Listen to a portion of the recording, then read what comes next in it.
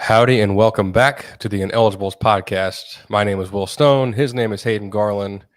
Chase Caldwell is currently in the world of Disney, so he's not with us. But Chase, we miss you. We hope you're enjoying your vacation. We miss you this past weekend too. I know you wanted to be there, but hey, you got to do what you got to do, and you're in Disney World. So, I mean, it's pretty good. It's a pretty good consolation prize. Oh yeah, but what a great weekend it was.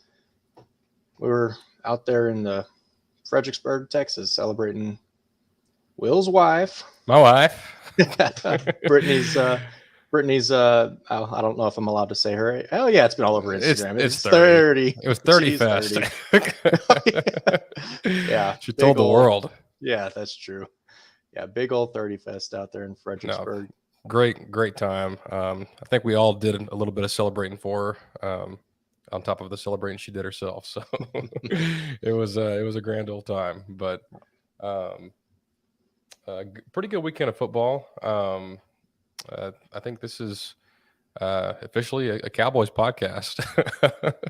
I sat down and had my Cowboys t-shirt on, and I was going to say, hey, let's start the show with a little bit of Cowboys talk because we're big Cowboys fans, me and Hayden.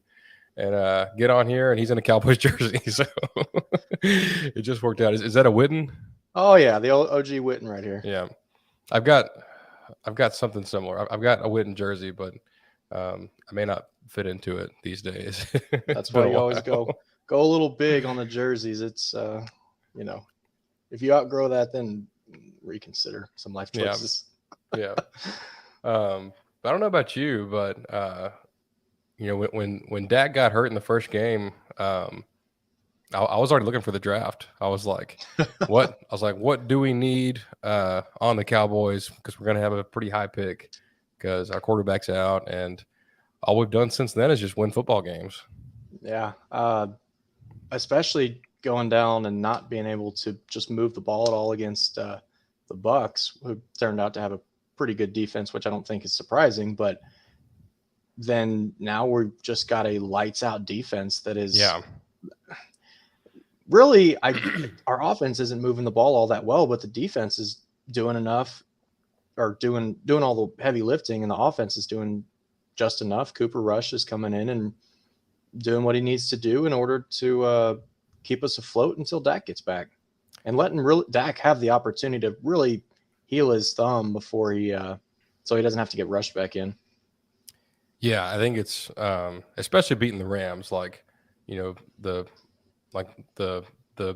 over the Bengals was good. I mean, that was a big win. The first game with Dak being out, and then two division games back to back were great wins. But like the Rams won the Super Bowl last year, and they're not quite the Bengals. They're not quite as good as they were last year, but they're still a really, really good team in the NFC.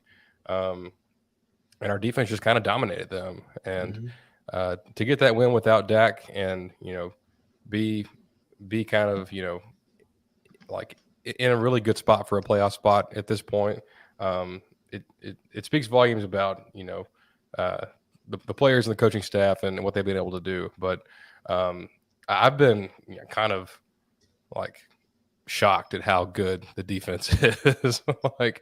I love defense, love a good defense. A&M's has been that's kind of been our calling card since Jimbo got here. It was not when I was in school. We had a horrible, some of our worst defenses of all time when I was in school. And the Cowboys have always had good ones, but they still had holes. But this unit, man, they're in the quarterback's face on every single play. And it's not just Micah.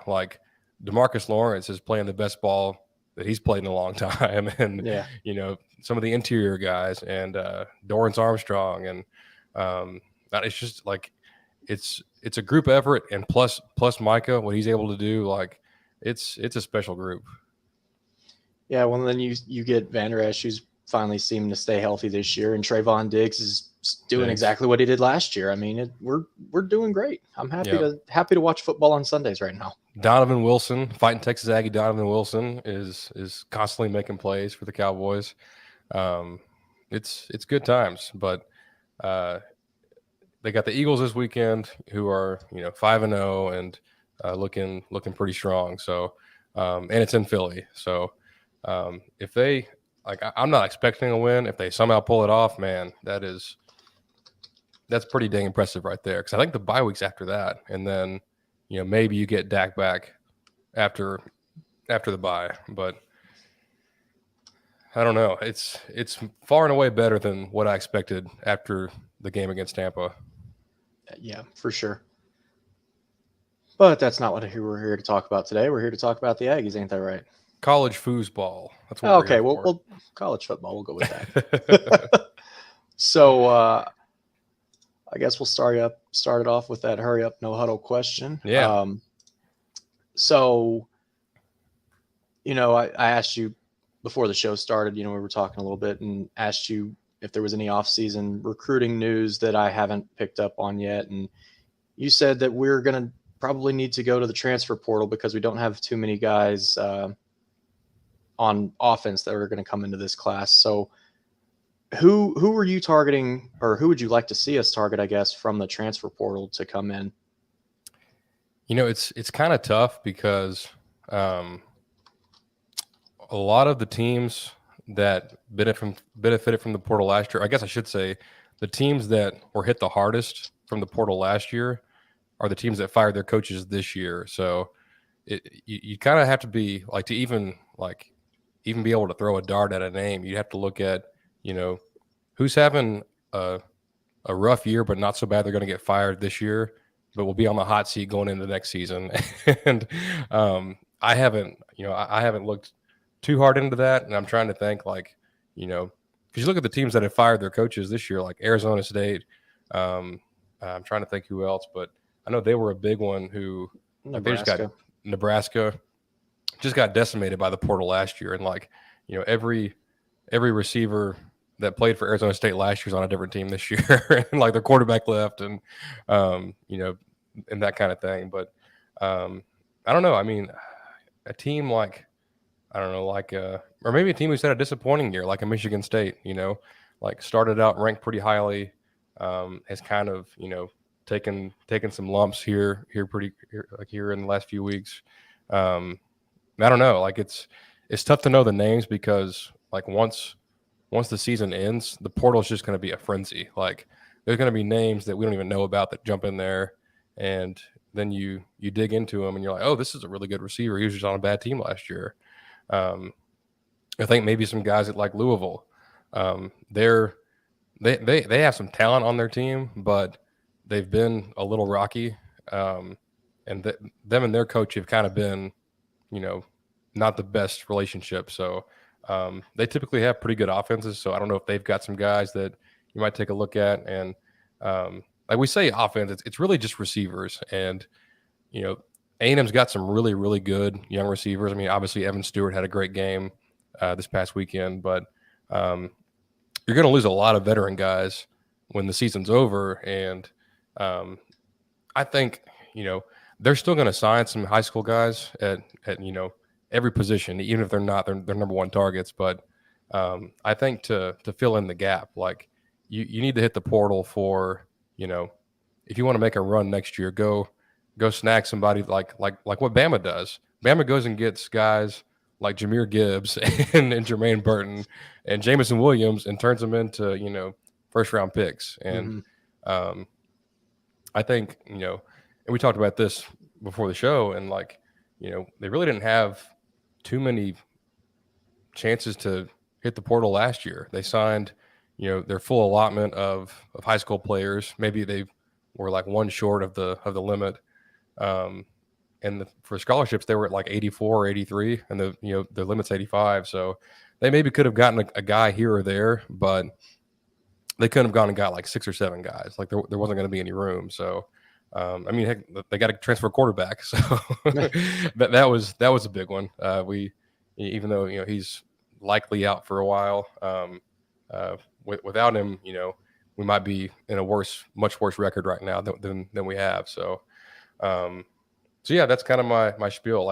Defensively, they're still recruiting really, really well, and I think they're going to do just fine there. But when it comes to and on the O line as well. They've got really good numbers and talent on the O line, but when it comes to receivers, I'm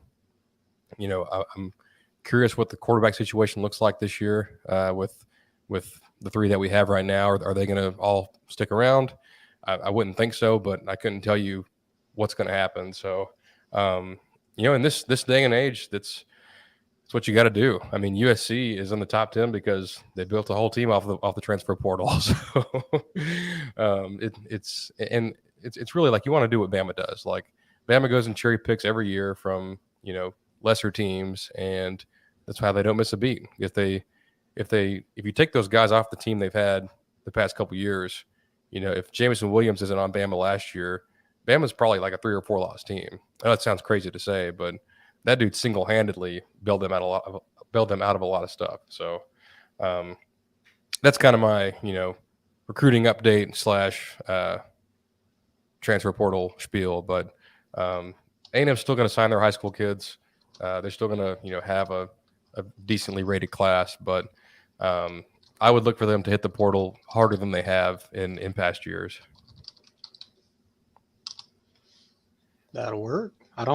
We haven't really done too much with the portal that I can remember, right? Just Max Johnson was the big one, right? It's usually a guy or two, yeah. Going into last season, they got a transfer tackle, Jameer Johnson from Tennessee, who was pretty coveted. Had some injuries and didn't quite end up being what we hoped, but I know I just got done saying it, but like Bama is the GOAT at the portal. Like it makes sense. Like they're like Saban's the GOAT at everything. Like he knows how to work the system and take advantage of those things. So it is weird though, because you see a team like Miami who really hit the portal hard. Like they were good. Like they were a good team last year, not a great team, but they hit the portal super hard, and they've been awful this year. So the portal does not equal success. Like it's still going to be your high school guys. It's like the NFL. The guys you draft, that's going to make up your bread and butter. But go get you a free agent. Like go get you a Von Miller or someone like that to bring on your team. But so that's that. I'm super interested to see like what they do. When December gets here and these kids start hitting the portal, because it's going to be just as crazy as it was last year. At least I think so. But the biggest thing is keep the guys that you have. They've got a lot of talented kids. Like don't let them get scooped out of the portal. Like keep those guys happy and do what you got to do. But moving on, eventful weekend this past weekend in terms of the national football landscape. I think right off the bat, Oklahoma is bad, and they should feel bad. I hate to take a victory lap after I don't know, I stopped taking laps. Go for it. But I said early on in the show that I did not think Oklahoma was very good, and then I was like, well, I might have been a little wrong, and here I am saying, nope, I think I had it. I think I had it. Yeah. Like they're already calling for Venables' head. And it's I don't say it's unfortunate, because I don't really care how Oklahoma does, but it's unfortunate for them that they were recruiting pretty well, and it remains to be seen if they can keep that momentum going and hang on to some of the guys they have if this season really takes a turn. But I saw a stat today, like in the last 3 games, they're giving up like 50 points a game, and you just can't do that and be successful. And I mean, I know their quarterback was out this past week, and they got shut out by Texas, but it does not look good. And even with their quarterback back, they're going to struggle to have any kind of success in the Big 12. Like they still have to play Baylor, they still have to play Oklahoma State. They play Kansas this weekend. I was going to say their real challenge, if they can't take down underdog powerhouse Kansas, yeah, I don't know what they do the rest of the season. Yeah, And hey, you know me, noted Texas hater. Like I give them as much grief as you and Chase will let me. But Yeah. they look good. I'll give it to them. I don't want to go overboard. I wouldn't, like that one coach said, if you want to crown their ass, then crown them. I'm not going to crown them right now, but Yeah. I think they're improved. I think they're doing a great job. Uh, a lot of what they've, like from the little I've watched, like uh, some of the scheme that Sarkisian is running is a lot of what they did in 2020 when they had Devontae Smith and Jalen Waddle, and they were awesome. But Quinn kind of reminds me of a Mac Jones type. Like he's not a superb athlete. He's not gonna scramble and run for a bunch of yards and make crazy plays. But if you give him some time, in which they tend to do a lot of like max protect, they'll bring in like a sixth offensive lineman as like a tight end who just is in there to block.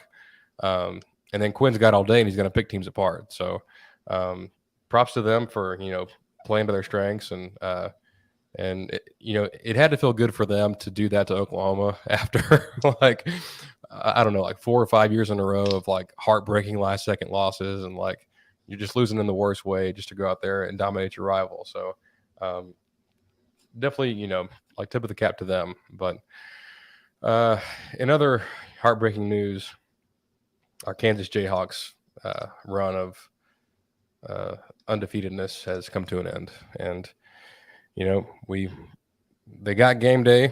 They packed the stadium, but just came up a little bit short. And that was a very tightly contested game, and It was close the whole time. Yeah, very very back and forth. Yeah, I was enjoying watching that. We didn't really give Oklahoma, Texas too much consideration after we realized that TCU Kansas was actually a game. Like, yeah, I'm happy that Kansas, one, got ranked, and then two, actually got game day. Like, that's just, there's usually like one feel good story for the season, and I'm glad that it's Kansas this season because of just how historically bad they've been, and to watch them actually be competitive is fun. Like, yeah, everybody roots for the dog. and they do it in a fun way. Like they're exciting to watch. Yeah, they're not like that Iowa team that can't score a point. It is, it's a bit of a downer that they're like, I think their QB got hurt in this game. Like it wasn't before. It was like in the first quarter or so. Jalen Daniels, who's been tremendous all season, but there were some reports that he may be done for the year, but then he pulled the old like quote tweet and it was like, well, that's news to me. So I don't know if he's coming back or not, but I think it was like a shoulder separation, which is usually is pretty bad. So but the backup looked all right. So I mean, it's still there for Kansas to have a. I mean, it's already been a great year for them, but it doesn't have to end here. They can keep it going. Well, they've got what? They've got Oklahoma and then Baylor, Oklahoma State. So they've got a tough 3 weeks ahead. Yeah. Actually, their schedule the rest of the way is not anything to scoff at. It's pretty tough. Yeah. Yeah. Maybe they'll scrape out a couple wins, and well, they only need one more to be bowl eligible. Kansas is going bowling this year. They're going bowling. No doubt about it. Also in that morning slate, there was a murder in Baton Rouge. Tennessee 40, LSU 13. Tennessee just crushed them. And I didn't realize that LSU was ranked. I mean, they were 25th, but like, I don't think LSU's that good, to be quite honest. I think they're a fairly mediocre team, and Tennessee just went in there and whooped them. And Tennessee is having they're having themselves a year right now, and I think they get Bama at home this Saturday, and Bryce's status is still undetermined. So that's, I mean, I'm pretty sure game day's there, right? So has to be. I think they are, even though they were just in Knoxville. But hey, is what it is. That's we'll get into that in the second half of the show. But Tennessee, man, they still have Bama and Georgia left to play, so could be some chaos in the SEC. As I'm scrolling down here, how about UCLA still undefeated? 42-32 win over Utah. UCLA was a team I wasn't sure about coming in. I thought they might be okay, but just didn't know very much. But all they've done is win games all season. So, there's some interesting things in the Pac-12. I know Oregon got blasted early, but they've been really strong since. UCLA did beat Utah, but I think Utah's still, a decent team.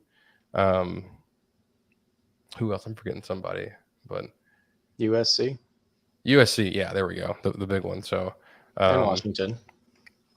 Yeah, Washington lost to Arizona State this weekend. That may be the end of their being ranked time.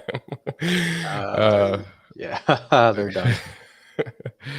But man, it's going to be interesting. I really want to see the Pac-12 title game. I know we're not there yet, but USC and UCLA play at the end of the season. Oregon. I think UCLA plays Oregon this weekend. So don't sleep on the Pac-12. In its waning years as its two biggest programs are set to leave. Oh man, doesn't that suck? As soon as they start playing good, they're like, "Yeah, we're out of here." This is a surprise to nobody. Yeah. How about Kentucky losing to South Carolina? I said a few weeks back I thought Kentucky was one of they were number 7, and I was like, this is the most overrated team in the country, like by a mile. And they barely lost to Ole Miss. They probably should have beat Ole Miss, but then this past Saturday their quarterback goes down, and then South Carolina puts it on them, and that's the way it goes. So don't have a quarterback, it's tough to win games. Yeah. NC State also lost their quarterback, but it somehow was able to beat Florida State. I need to go look at that news because I hadn't seen that, and that is my starting quarterback in our college fantasy. Oh, Leary? Yep. Yeah, I think Leary left the game on Saturday. Oh, sorry. Go ahead, Hayden. I was just going to say I hadn't heard that, and I'm going to blame that on the reason why I lost, not the fact that my team is garbage. I'll tell you the reason I lost is because there's a running back for Pittsburgh whose name is Israel Abanikanda. Great player. Picked him up a few weeks ago on waivers. He was awesome his first game for me. Scored like 40 points. But then he left the game early with a concussion. And they were like, or some kind of injury. And they were like, he's doubtful to play next week. I was like, okay, I'm going to put him on my bench and then, find a replacement. Well, not only did he play this past weekend, I couldn't tell you who they played. All I know is that he had 6 rushing touchdowns and 300 plus yards rushing. He scored 61 points in fantasy. Needless to say, I would have won if he had been on my starting lineup. Goodness. But since he was not, I took an L. So, wow. Yeah, that's the way it goes sometimes. Isn't there another running back that came out of nowhere from Cal? Oh yeah. Oh, I guess Cal didn't play this past weekend. He's on Chase's team. No, I know. I was just gonna see how he did this weekend, but it doesn't look like they played. They played BYE. Always good to get a good win against BYE. I actually found his stat line. They Pitt played Virginia Tech. They won 45-29, but Abanikanda 36 attempts for 320 yards. That's 8.9 average, 6 touchdowns. The longest was 80 yards. So gonna put him back into the lineup this week. No receiving yards, though. You really want to get a receiving back. Yeah, I love a pass catcher. Maybe he'll score 70 if he would have caught some passes, but just have to settle for 60. if you're looking to make a trade for a receiving back, let me know. I know a guy. Let's get into A&M and Bama. Very, very few. I don't know. In games like this, like it's hard to be too mad because this game reminds me of 2018 Clemson. We played Clemson at home, and Jimbo's like second game, like had every chance to win it and just came up a little short. But everyone in the world was doubting us, like we were about to get our ass kicked, and we go out and play well, and just barely come up a little short, like barely come up short. Like those losses sting more than any. Like it's tough to swallow. Like I know everyone's going to ask and everyone's going to talk about the very last play. You're on the 2-yard line with 3 seconds left, and the play we called didn't work and we lost. And should we have given it to A-Chain? Should we have run an RPO or gotten King on the move? I don't know. I'm not a coach. That's probably what I would have done. But Evan had the hot hand. He was playing his ass off, and you get one play, you're like, hey, let's throw it up to the guy who's been playing, making plays all night and see what he can do. And it didn't work. So that was unfortunate because all in all, I thought we played a pretty good game. Yeah, I was really thinking we had a shot there. It was a great game to watch, and the defense, like we said earlier, the defense really kept us in. If the offense is just never really seemed to have been able to get it going this season, and they didn't in this game either, but they didn't need to because the defense kept getting us the ball back. And that last play, I was like, I don't know, I had the same feeling that I did on when we missed that kick against App State. Just like, why do I feel like I'm about to get disappointed? not like in a bad way, just like I don't know. That's what I expect from Aggie football at this point, I guess, after having been a fan for 8-9 years, whatever it's been now. But I don't know. It was like it was so weird because we're all standing there, everybody's just silent watching the TV. And I'm ready for everybody to erupt. I'm ready for it, but I'm just like, I don't feel like it's going to happen. And then they call that play. And again, I'm not going to say that that's what I would have done either. Because, it was a pretty well contested pass. And even if he had caught it, I don't even know if he would have been in the end zone. Right.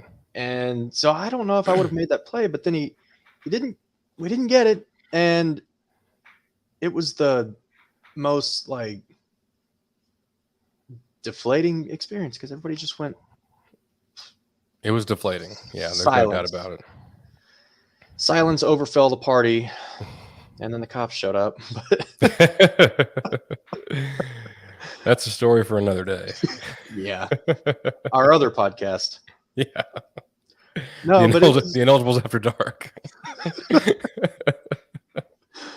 But no, it's just at the end of it, it's one of those things like I felt very, like I said, very similar to the App State game where I went into the game expecting to lose. I kind of felt that way with App State too. I don't know why. I was just ready to lose that game or mentally prepared for it. And then almost winning and just feeling like something bad is going to happen. And then it does right there at the last second. It's just like, I was so ready to be happy, but yeah, I can't be too mad because Bama's a real good team. And, we've had our struggles this year. So yeah, all in all, I'm proud of the way that we played, but just real disappointing with the outcome to be so close and yet so far. Yeah.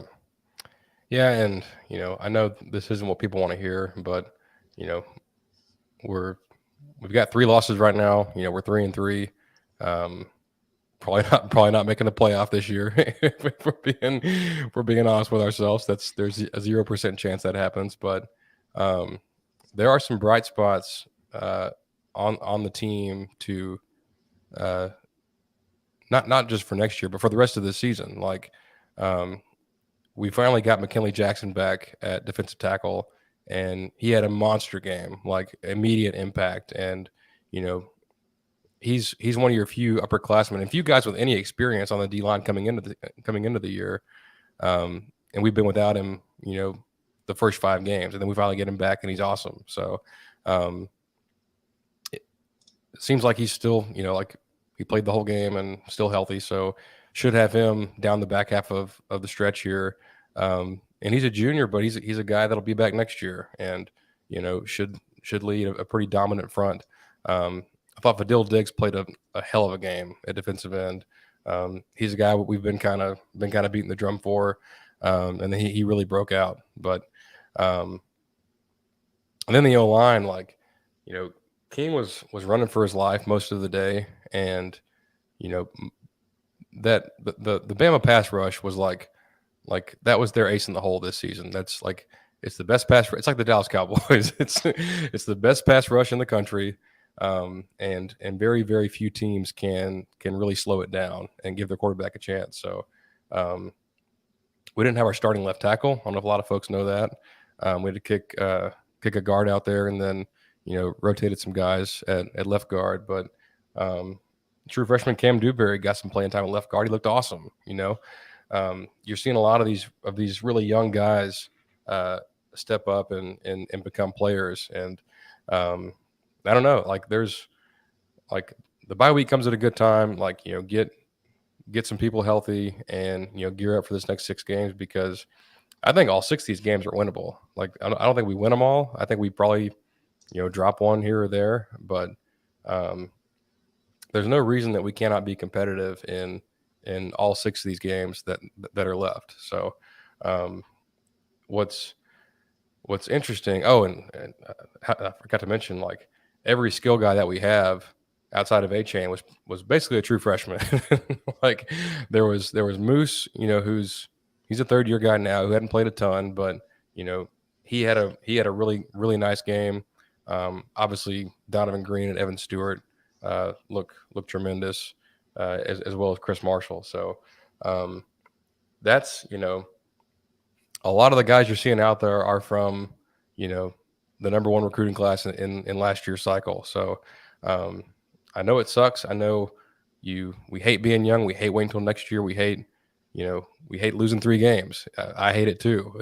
But you have to look at the reality and worry about what you can fix and what you can do. So there's no sense in us sitting here and being like, man, we should be 5-1 or 6-0 if it wasn't for Jimbo being an idiot and this, that, and the other. But that's not gonna do anybody any good if we just sit up here and bitch for the whole episode. So what I do think is, and what I'm intrigued by, maybe more than anything, is what happens with the offense after the year. Because if you listen to people like Billy Lucci, who tends to know things, he's very very confident that an offensive coordinator will be hired in the offseason. And what we don't know, and what Billy doesn't know, I'm sure Jimbo doesn't know, is how much of the offense gets handed over to whoever gets hired. Most of us don't even know who he's going to even target, like who would even be on the target list. But I've seen the name Jeff Grimes out there, who's the OC at Baylor, former OC at BYU when they had Zach Wilson. I would like that. I don't know if you could pry him away, maybe he might get a head coaching job before too long. But I don't know. I'm kind of rambling at this point about things that could happen. But another part, for this season is the quarterback. Max is out for a while. I doubt we see Max the rest of the season. King's hurt right now. If we played Saturday, King would not be out there, I don't think. He's in a boot and possibly broken rib. Took some shots the other night, so there's a chance he comes back and starts against South Carolina. But if I'm a betting man, like, I'm betting that you're going to see Connor Wigman take snaps at some point this season. maybe it's UMass and no other games, but it wouldn't shock me at all if you get to South Carolina and you're like, okay, like, King gets a series and then Connor gets a series, or King gets the first few and then Connor gets a couple. Like, I think you see both guys down the stretch. Well, I mean, it's going to be exciting to see. I mean, going back to fantasy, I got Wigman on my Wigman just chilling right now. So if he gets some games in there, I mean, bye weeks are happening. Leary's apparently hurt. So maybe I'll have to fire Wigman up one of these days. I don't know. Hey, you might. I don't follow recruiting as nearly as close as you and Chase, and that's no surprise. But I remember that game that he played last year. I think it was their season opener. And the dude is just a stud. I mean, I'm excited to see that talent on, out there wearing maroon and seeing what he can do. I mean, he can play a few games this year and not burn his red shirt, right? What is it? Yeah. Like 4? You get 4 games. Yeah. Yeah. So there's 1, 2, 3, there's 6 games left. He could come out here and just take a few snaps. He hasn't taken any, right? He hasn't taken any yet. Yeah. So, I mean, there's no reason that he couldn't come out there and see some snaps, or even, be forced to take some snaps in one of these games and still be considered a freshman next year. Yeah. And even if he's not, like, the thing is right now, he's getting like 90% of the reps right now because he's the last guy left standing. So he's getting a lot of work right now. All jokes aside, who is the backup to him if he would go down and Haynes and Haynes and Max are both hurt against South Carolina? So the coaches would have a decision to make. The quarterback they signed before Connor in the prior class, Eli Stowers, he had shoulder surgery in the offseason. So, like, he got here and, like, his shoulder wasn't right. So he, like, actually took a lot of reps at tight end last season. And then he's a big athletic dude, but, got the shoulder fixed, was back with the quarterbacks in the fall. But we never saw a ton of him because, those other 3 guys got so many reps, and it was hard to really tell. But the other guy's Blake Boast. I mean, I know he's a walk-on. I guess he was a freshman last year, so true sophomore walk-on. But he's not a total he's not totally new to the offense. Like, he practiced all year quite a bit because it was just him and Zach. And, I don't think he ever he got into the game a little bit against Prairie View, but I don't know how many passes he actually threw. But if we got to that point, or, maybe if King and Johnson are hurt and we're up big in a game and you want to sit Wigman, then it's going to be, It will be Stowers or Blake Boast, but I don't know which one they would go with today. But I mean, it's that at least reassures me that we've got somebody that can throw the ball, that knows the offense. I mean, that's something there, because you may not ever have that. You sign those 3 stars and you're like, all right, we're good, and then two get hurt, and then you're like, oh crap, we need to have a backup plan for if this guy gets hurt. So that's good. What I don't know is last year if Calzada had been, like, seriously hurt and couldn't play, I don't know who Blake Boast's backup would have been because, like, at that point, it's like the walk-ons, like the guys who are on the roster but you don't really know their names, like one of those guys. I remember, this has probably been over 10 years ago now, but there was a season that Maryland lost like 4 quarterbacks, and they had to move a walk-on linebacker, or a freshman linebacker, to quarterback because he played some quarterback in high school and they didn't have anybody else. So it would be like what was it, that Broncos game, I think, during the COVID year, where like their entire quarterback room got caught with COVID, and they were trying to figure out how they could work one of their coaches into their roster, and the NFL was like, no, you can't stash players on your coaching staff. I think it wound up being a receiver or something that had to play. But imagine if you could, like, how much would they pay Tom Brady to be an offensive assistant? that'd be something, man. Yeah. But no, I mean, I'm with you on Connor, and I feel like, you know, there's been so many calls for him to play this season that I don't know. It almost feels like cliche at this point. Like it's been so overdone. Like, oh, like Connor. We want to see Connor, and like we do too, because every time I've watched him live, I've tried to temper my expectations because like we lived through Johnny. Like we saw the best to play at A&M, and like uh, I hate putting that comparison on people, but every time I watch Connor, like it's jaw dropping how good he is. Like in that game last year, the first game of his senior year that was on ESPN, he had 8 touchdowns. He had 5 passing, 2 rushing, and a receiving touchdown. Like every drive he was in except for one, they scored, and like he was just unstoppable. And when he got in the All-American game, he was like easily the best quarterback on the field that day. And what's funny is he was playing with the guys he's playing with now, like Donovan Green and Chris Marshall and Evan Stewart. So um, uh, I'm excited to see him. I think we will see him. I don't know in what capacity, if he's gonna, if he makes a start this year, but he's got an opportunity right now to, show the coaches what he can do, and he may just take it on himself to go out and win the job. But it's something to keep an eye on for sure.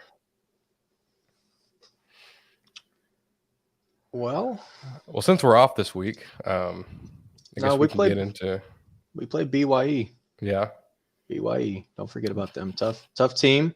Brigham Young Educational.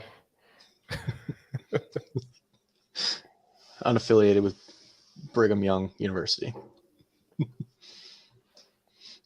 But yeah, speaking of BYU, they play Arkansas this week, or they host Arkansas this week, I do believe. Yeah, Arkansas travels to BYU. Actually, on that note, I won our pick'em last week for the first time this season, so I'm picking the games. I think I have to put that one on there. I don't see why not. It should be a really good game or interesting game. Nothing else. Yeah. I'm not too crazy about the. There's actually a game on right now. Louisiana at Marshall. I'm not too excited about any of these, pre-Saturday games. I think Baylor at West Virginia is interesting. Since they've joined the Big 12, Baylor has not won in Morgantown, and like the year that they missed the playoff, where they, finished 5th in the polls or whatever, that was the game that kept them out. It kept them from being undefeated. They went up to West Virginia and lost. So I think Baylor is probably still a pretty good team, and they should pull it out. But the Big 12 is a wild and magical place, and you never know what's going to happen when you go to Morgantown on a Friday night. Yeah, I'm sure I'll be watching that one since, there's that and Temple and UCF. That's tomorrow night, so I should be free. Yeah. Big game in the Big Ten. Penn State, number 10, at number 5, Michigan. Michigan has kind of been toying around the past few weeks. Penn State's a team you can't screw around with. If they play like they did against Maryland or for the first half against Indiana, Penn State's going to beat them. So Michigan needs to bring their A game if they want to stay undefeated and stay in the playoff hunt. Yeah, it's always tough to go into Happy Valley. And is that their whiteout game this weekend? No, it's in Michigan. Oh, well, then no, never mind. Ignore everything I'm saying. No, I mean, Penn State's still a good team, though. So, yeah, that's a good one. See, we talked about Kansas, Oklahoma being a big big fun one to watch. That's the morning game too. It's probably 2 backup quarterbacks right there. Well, let's hope for a blowout or a shootout, I guess. Does Oklahoma give up 50 points again? They might. That's a tough line. Hang on, I want to see what the over/under is on this game. I know the OU's favored, but I don't know what the total is. The total is 62.5. Oklahoma by 9. Oh, is it 9? It's 9. I'm taking Kansas on that. I may go get in on some of that. I think if you put that on our pick'em this week, I think everybody will take Kansas. Oh, I'm putting it on there. That's going to be one of them. So that one's not going to decide anything because everybody's taking Kansas. Although I think it's 7.5 on our app. Then that's a little more interesting. How about this? Ole Miss could be like a top 7 team when they come to Kyle Field in a few weeks. They play Auburn this weekend. They may be off next week, but if they do play anybody, it's not anybody good. They play LSU next weekend. Oh, well, that's a decent team, and then straight to us. So they've got 2 tough games before they come and see us. Yeah. It's crazy how many coaches have been fired this season, and one of them isn't Brian Harsin at Auburn. He somehow held on to his job. It may be that crazy inning against Missouri that's keeping him employed right now. But they got, as expected, they got beat up pretty bad by Georgia last week. I don't think they're going to make a bowl. It's probably the next job to open up. We talked about which teams to target for the portal. There's not a lot of guys at Auburn that you want to take.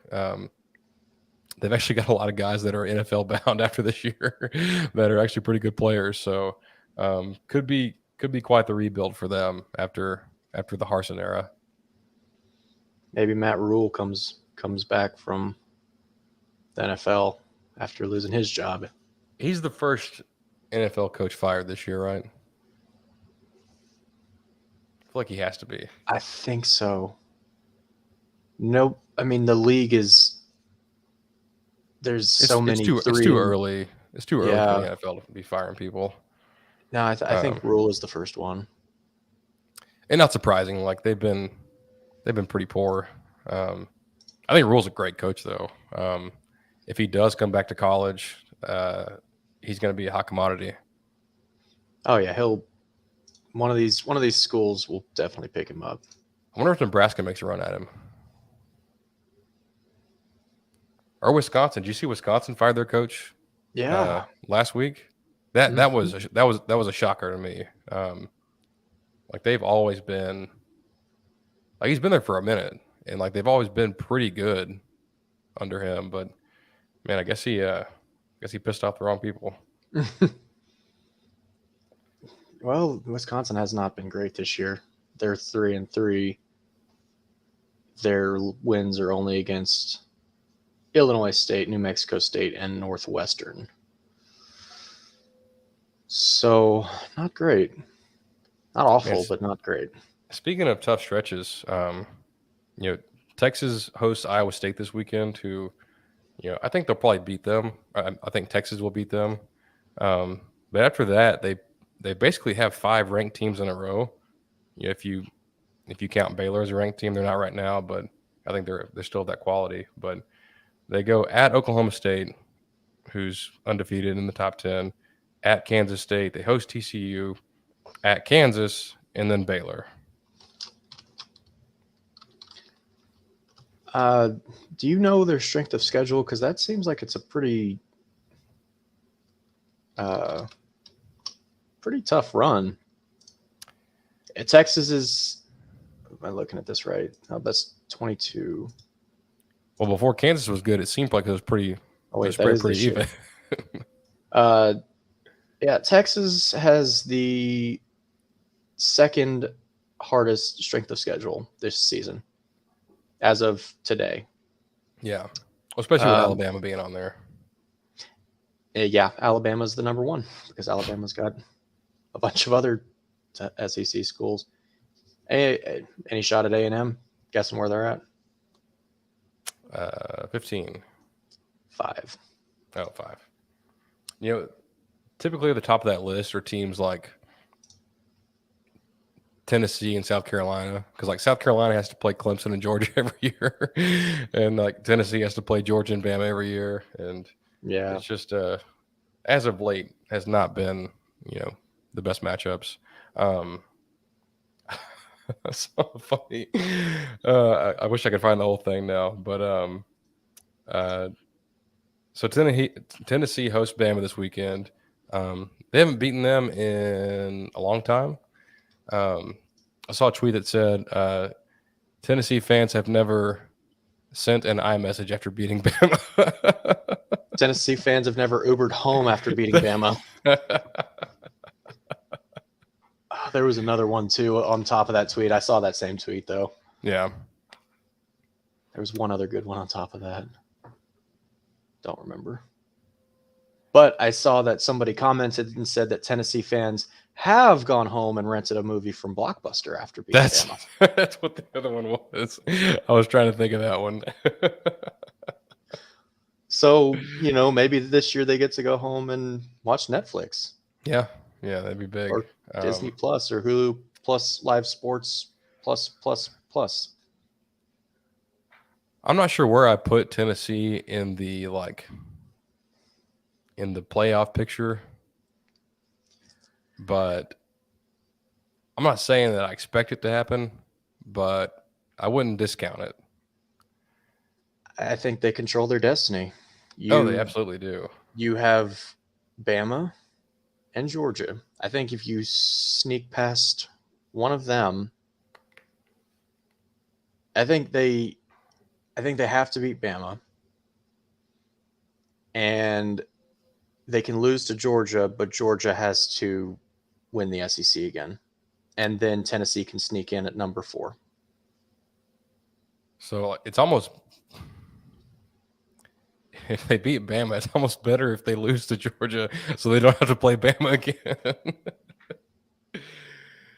Although they would, that's tough. Like, they're kind of in the same situation that Auburn is in.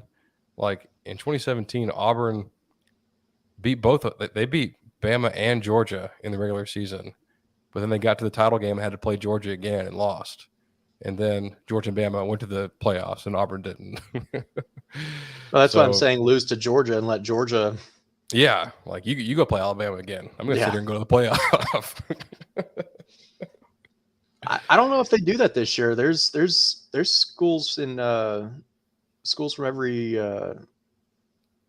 conference that I think are worthy of a playoff spot this year. And this year you don't have Notre Dame fighting to get in. Right. BYU is there, but not really. So I think that you could get a Pac-12 team, you could get a Big 12 team, you could get an SEC team, and you get your Big 10 team. I think Clemson's back in it this year. Yeah, maybe. I've got a hard time seeing them losing in a game the rest of the way. Who do they play this weekend? Florida State. Who's good? I like Florida State, but Clemson looks like their old selves so far this year. Yeah, they may not lose another game this season. But they've already played the tough ones. Like, yep, they beat Wake, they beat NC State. Not in an impressive fashion, though. Yeah, that's true. I could see them getting left out if it comes down to 4 conference champions of the caliber of Bama or Georgia, Ohio State, USC, but USC would have to win out, and right now they're them and Clemson. I think Clemson's ranked higher, so if they all win out, it looks like Clemson will. But you know that the committee always changes everything up, anyways. So Bama has gotten the benefit in the past of, really just 2017 and the year that Auburn beat them. They snuck into the playoff without having to play in the SEC title game. But the Pac-12 was down. I'm trying to think. Clemson did make it. And OU made it. The Big Ten didn't make it. Ohio State I think it's the year that Iowa just destroyed them. but um, but I mean, this year, I mean, I think Ohio State's a lock. I think, one of Bama, Georgia. It's going to come down to who wins the SEC. Like, I don't know if a second team gets in. If Clemson's 13-0, if USC is 12-1, Pac-12 champ. What I'm curious about is an Oklahoma State. If if they're undefeated, they're getting in. But man, we haven't seen 5 undefeated champs before. I don't think that happens this year. I think someone stumbles, but was that even possible? Yeah, Oklahoma State, Bama or Georgia, Clemson, USC, Ohio State. Possible, but I don't think it's probable. No, probably not. Oklahoma State is probably going to be the one to drop one. Bama and Georgia are going to meet. So Oklahoma State already beat Baylor, right? Yes. I think, man, talk about the next 2 weeks for them. They are at TCU this weekend, who has not lost yet. And then they host Texas, who is improved. If they can get through that, I mean, they have to play at K-State. They play at Oklahoma, but Oklahoma sucks. I mean, I know it's bedlam, but this could be an all-timer for the Oklahoma State Cowboys. They could crush their rival and just beat them to a pulp to get into the playoff. I mean, they got to get through TCU this weekend, though. Yeah. And TCU is undefeated too. So I think between them, that's the only 2 Big 12 schools that are left undefeated, right? Yeah, and I saw somebody make a case for Texas if they went out and go 10-2 or 11-2, whatever it is. But they're not getting in. It's just that's not feasible. And plus, I do think Texas is a legit top 25 team, but I don't think they're going to win out. That's not an easy stretch for them to weather. So, but are they back? I wouldn't go that far. Okay. Just they're coming back. They're just not back. They're on the way. They're on the road back. I think we can all agree with that. Yeah. Yeah, definitely interested in Oklahoma State the next couple of weeks. How about a ACC spoiler? Syracuse, undefeated so far, hosts NC State this weekend. I think they're in the same division. Oh man, they play Clemson the following week. So, if you're looking for a place where Clemson can stumble, that's one of them. I believe Clemson also plays Notre Dame.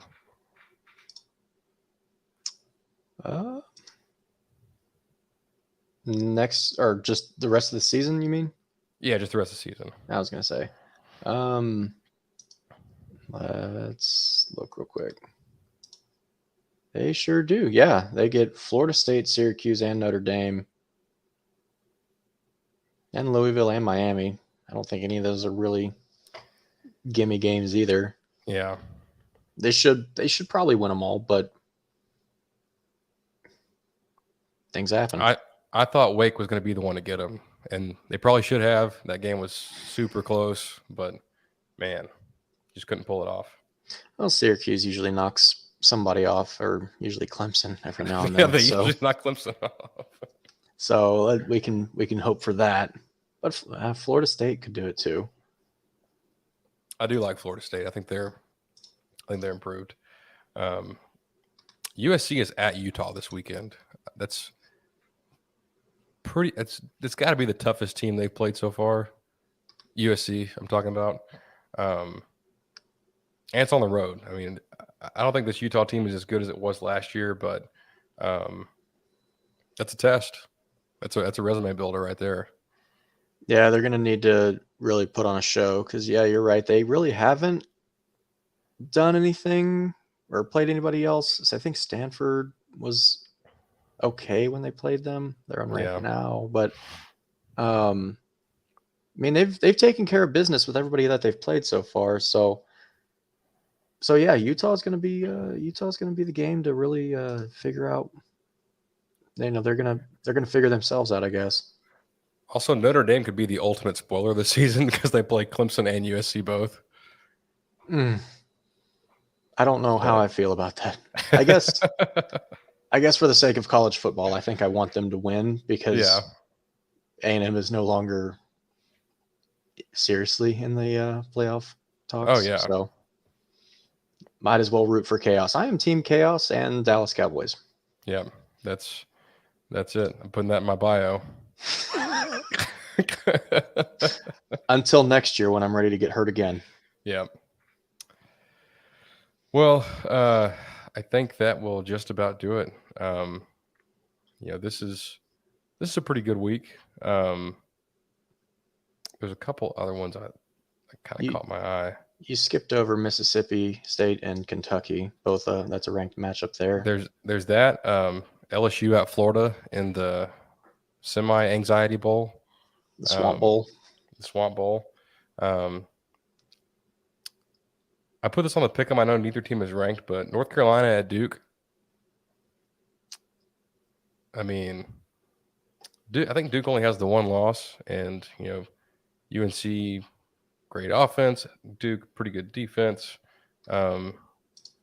Nice little ACC game there. Not as good as when those two teams play in basketball, but there's going to be some trash talk nonetheless.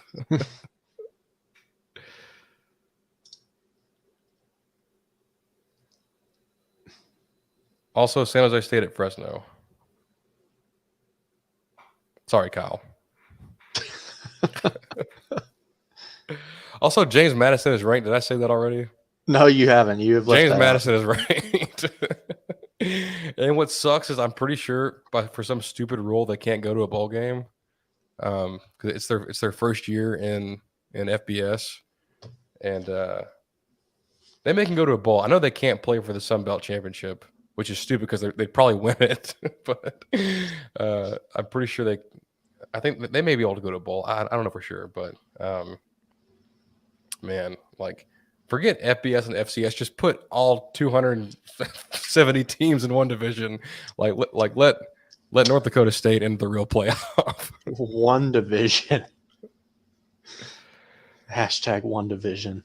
Hey, if we just put in relegation years ago, James Madison would already be in the SEC.